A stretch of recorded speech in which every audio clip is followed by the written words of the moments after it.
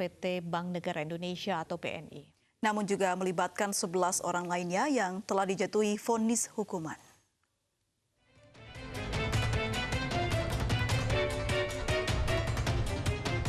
Sejumlah orang menjadi tersangka kasus pembobolan Bank Negara Indonesia. Bersama dengan Maria Pauline Lumowa, ternyata ada 11 pelaku lain yang ikut membobol BNI yang sudah dijatuhi hukuman penjara. Daftar tersangka tersebut terdiri dari Adrian Pendelaki Lumowa yang merupakan Direktur Utama PT Magnetik Usaha Indonesia divonis 15 tahun penjara. Kemudian Adrian Herling Waworuntu, ia adalah konsultan investasi PT Segaret Tim dan sudah divonis penjara seumur hidup. Lalu Jeffrey Baso yang merupakan mantan Direktur Utama PT Triranu Caraka Pasifik yang sudah divonis 7 tahun penjara. Wayan Saputra merupakan mantan Kepala Divisi Internasional BNI yang telah divonis 5 tahun penjara. Kemudian Aan Suryana, ia merupakan Quality Assurance Divisi Kepatuhan Bank BNI, kantor besar dengan vonis 5 tahun penjara. Lalu Edi Santoso, mantan Kepala Customer Service Luar Negeri BNI Kebayoran yang divonis penjara seumur hidup. Olah Abdullah Agam, ia adalah mantan Direktur PT Gramarindo Mega Indonesia yang telah divonis 15 tahun penjara. Kemudian ada Titik Pristiwati, mantan Direktur Utama PT Bhinneka Tama. Ia divonis 8 tahun penjara. Lalu Komjen Pol Suyitno Landung, mantan Kabar Eskrim Mabes Polri yang divonis 1 tahun 6 bulan. Kemudian Richard Kauntol, ia adalah mantan Direktur Utama PT Metranta yang menerima vonis selama 8 tahun penjara. Terakhir, Aprila Widata, mantan Direktur Utama PT Pantripros, mendapatkan vonis 15 tahun penjara.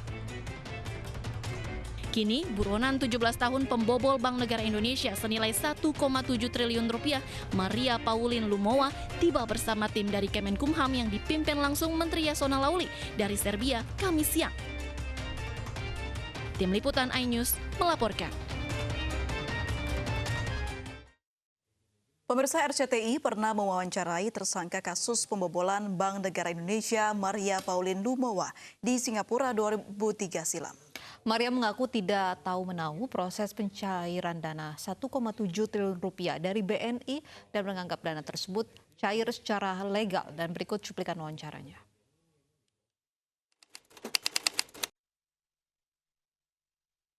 Jadi kalau saya dibilang saya tidak ada di tempat pada saat itu, memang saya masih ada di luar negeri. Tetapi saya tidak kembali karena sudah saya dengar katanya saya ini jadi suspek dari satu big crime yang I'm not aware about that gitu loh. Jadi itu saya bilang kenapa saya tidak pulang, karena sudah ada dikeluarkan sedang apa itu namanya pencekalan. Saya tanya di sini di Singapura, saya kembali, saya nggak bisa ke Indonesia, saya ke Singapura. Saya tanya apa sih kalau orang asing itu jadi cekalnya gimana? Karena saya ini warga negara asing, ibu tidak bisa masuk lagi ke Indonesia. Ya oke, what must I do?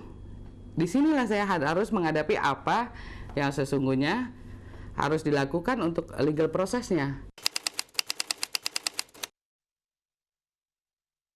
Sebenarnya waktu itu adalah sebagai wewenangnya Pak Edi Santoso, katanya beliau, menawarkan kepada Gramarindo untuk satu fasilitas dana yang diharapkan itu ada sebenarnya merescue debt-debt daripada company-company lain. Gitu loh. Jadi kalau seberapa jumlahnya saya sendiri tidak tahu. Saya tahu bahwa Gramarindo mendapatkan fasilitas itu dari Pak Edi Santoso, yang mana tujuannya untuk recovery daripada proyek-proyek yang tidak PT-PT yang lain yang tidak membayar. Jadi saya tahu itu, tapi berapa exactly jumlahnya itu ada di tangan operasionalnya Pak Olah Agam.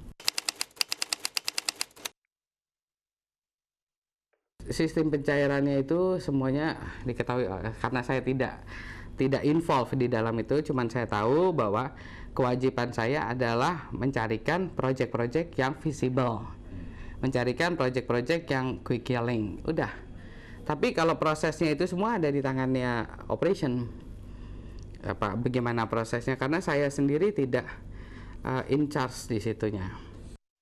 Sementara itu, terpidana pembobolan BNI lainnya Adrian Mauruntu pernah mengungkapkan bahwa pihaknya tidak bertanggung jawab atas kasus tersebut. Adrian mengklaim ia menjadi korban permainan politik yang merugikan dirinya. Pak Adrian, ada satu fakta di publik Indonesia bahwa Anda telah melarikan diri, Anda kabur, Anda tidak mau bertanggung jawab, dan Anda buron. Kenapa Anda melakukan ini, Pak? Ya, mungkin memang tentunya ada beberapa sebab kenapa saya mengambil langkah tersebut. Nanti yang tentunya akan kita ungkapkan dalam pembicaraan kita. Tapi yang ingin saya sampaikan pertama-tama, saya tuh tidak ada niat untuk kabur atau buron atau lari dari tanggung jawab. Bukan itu. Yang saya hindari adalah ada beberapa hal sebenarnya yang saya hindari. Pertama-tama kali kalau dilihat mengenai timingnya saya, dan ini tentunya adalah ujung dari sesuatu yang menurut analisa saya ada suatu political manuver yang saya terkena dalamnya dan menjadi korbannya. Nah, saya tidak mau itu terjadi kepada saya. Bapak dianggap sebagai orang yang harus bertanggung jawab atas bobolnya BNI sekitar kalau tidak salah 1,4 atau 1,7 triliun. Yeah.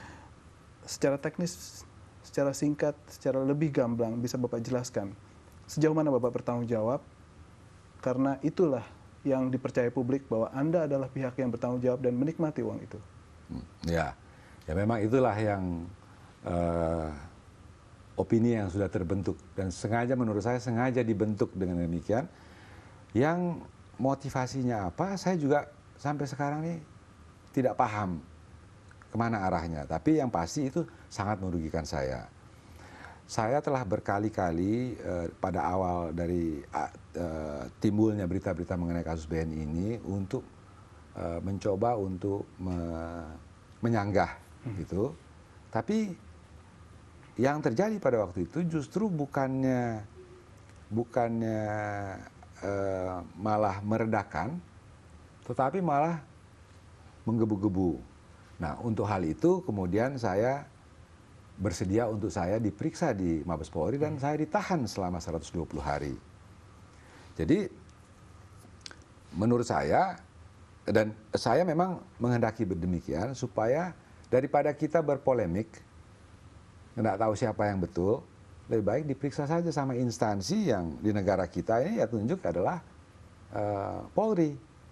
Bagaimana LC-LC tersebut bisa konon Bapak nikmati, sejauh mana Bapak menerima atau mengenal Eri Lumowa, Pauline Lumowa dalam kasus bobolnya BNI ini, Pak? Ya, itulah jadi notion yang paling populer itu bahwa saya ini mastermind daripada LC tersebut, kasus pembobolan LC ini. Itulah yang bolak-balik saya bantah, dan saya telah menjalani pemeriksaan di polisi ya, berdasarkan dokumen-dokumen, berdasarkan begitu banyak para tersangka yang lainnya dan saksi-saksi yang lainnya, tapi tetap saja oleh media massa ya, saya tetap dicap sebagai begitu. Nah, saya juga bingung. Mereka faktanya dapat dari mana? Jadi itulah yang saya bilang. Saya sudah